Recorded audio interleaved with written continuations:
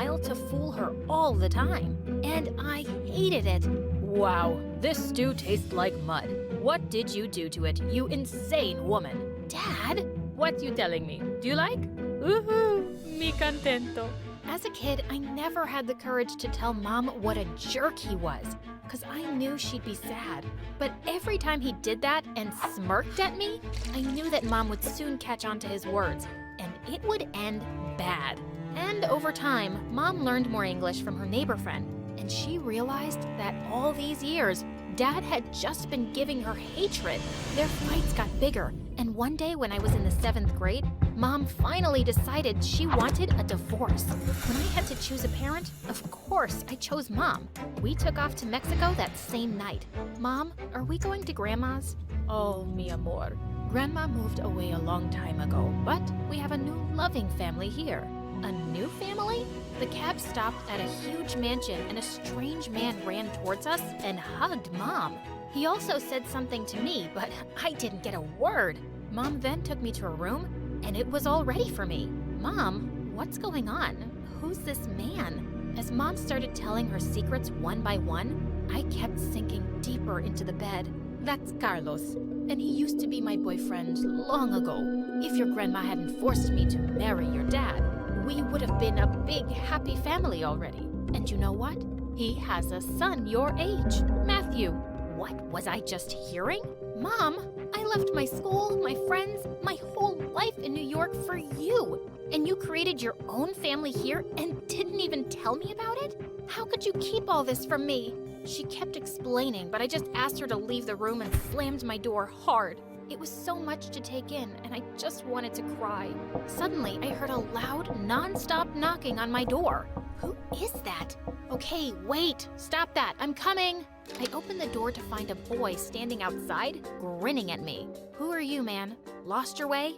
Shouldn't I be asking you that? But your mama, well, now, our mama said, Matthew, go meet your sister. So here I am, hermana. What? Whatever it is, don't call me that. Mama didn't teach you Spanish?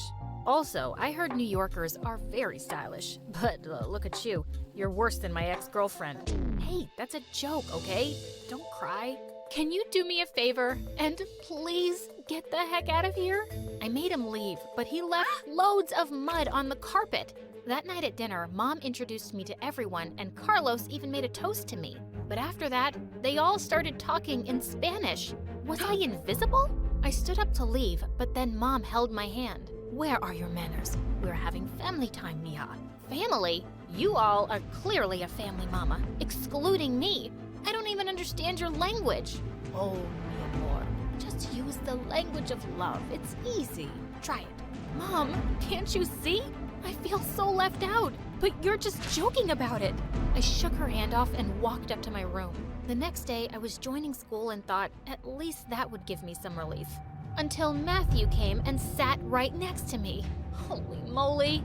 Hey, better not tell anyone we're related. And can you please wax your mustache? People will think you're me. It's not my problem you've got a girly face.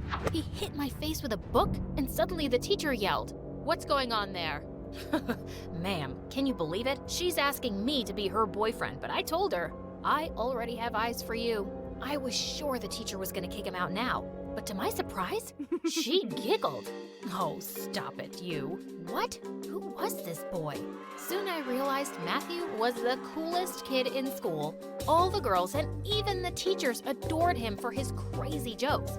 Not me. I hated him even more because he spoke in Spanish with Mom every time I was around. I felt like an alien in the house.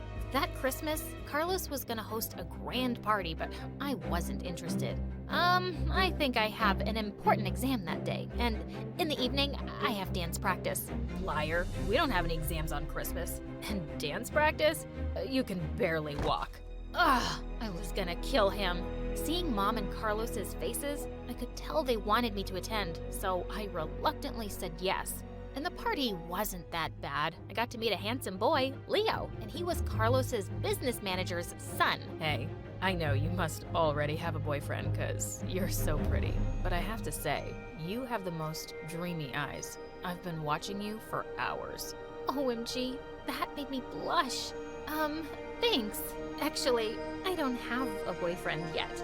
We exchanged numbers and started hanging out. He seemed really cool. But one day when Leo and I were having lunch in the school cafeteria, Matthew appeared out of the blue and pulled me aside. Have you gone mad? Why are you sitting with that jerk? He's not a jerk. He's my friend. Maybe future boyfriend. And why do you care anyway? Listen, he's not a good guy. He flirts with everyone, and God knows how many girlfriends he has. Look who's talking. The one who flirts with teachers? Just leave me alone, okay? I can handle my own life. I knew he just wanted to spoil my first real relationship. So I ignored him and left with Leo. After that, we started going out more often. One evening, Leo invited me to his house for a party, and I was having a great time.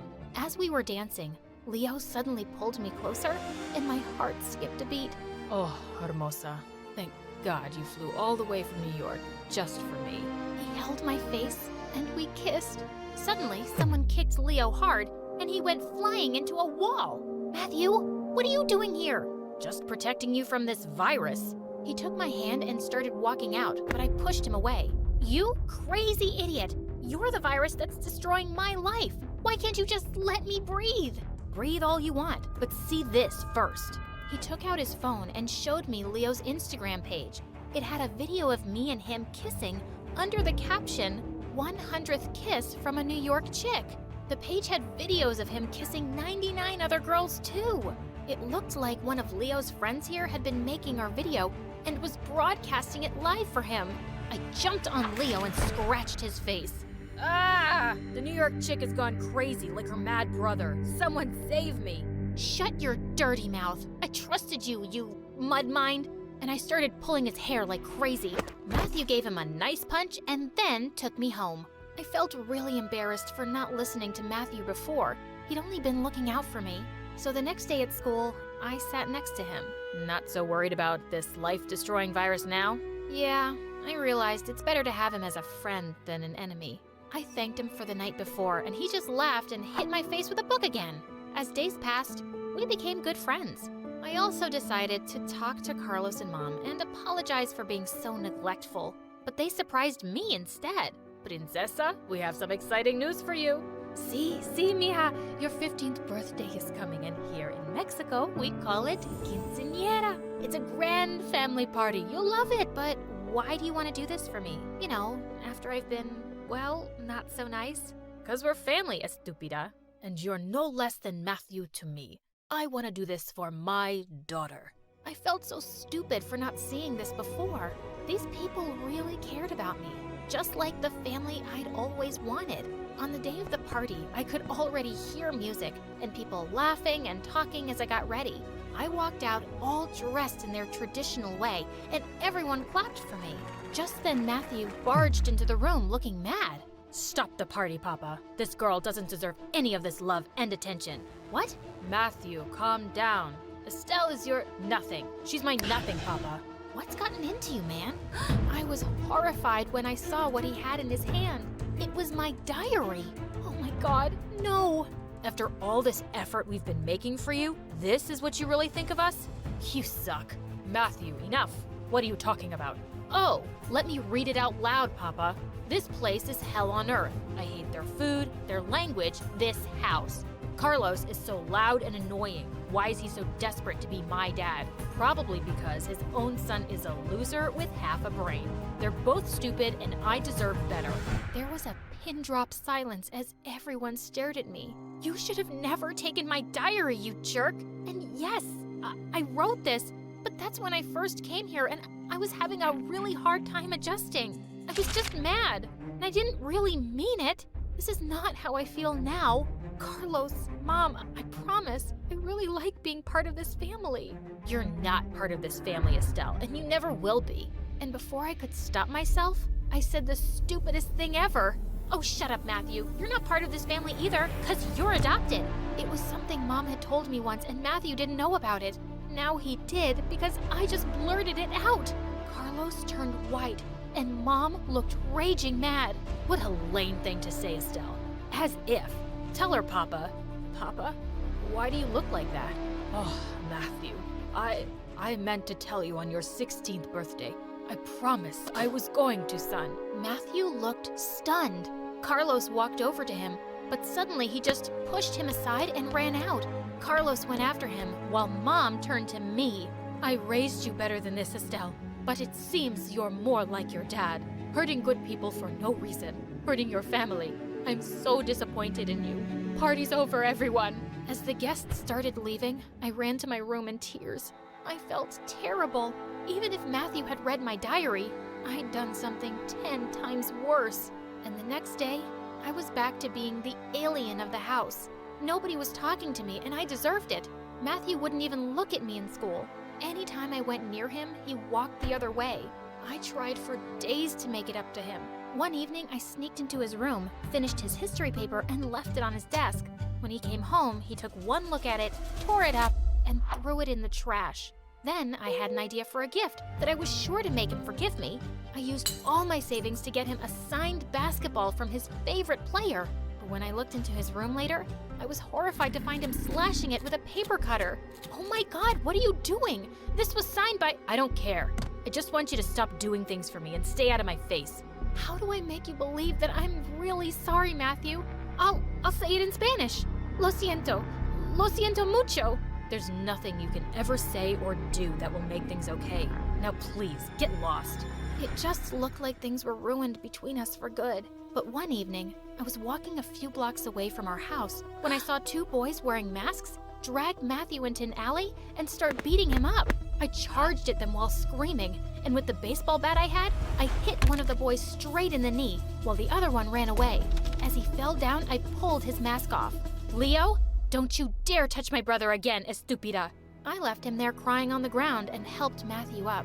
He leaned on me as we walked back home, and as soon as we entered, Mom and Carlos cried out. Oh my God, what happened? Papa, I'm fine, really, thanks to Estelle. But why were you going around with a baseball bat anyway? I've been following you everywhere for days, Matthew. Leo came up to me a week ago and said he would do something to make you pay for exposing him at his party. I knew you wouldn't really listen to me, so I had to do something. I couldn't let you get hurt. I've done a pretty good job of that myself. Suddenly, Carlos stepped forward and hugged me. Mi amor, you saved my son today, and I want to forget everything else. I know you didn't mean those things. And I'm okay about knowing about the adoption, Estelle. It came as a shock, but Dad and I have talked a lot about it since, and I'm fine. It doesn't really change anything. You don't always have to be related to be family. I understand that now, and I'm so happy Mom brought me to you guys. I'm sorry about everything. And Carlos, you're the dad every girl wants to have. I love you. Carlos had tears and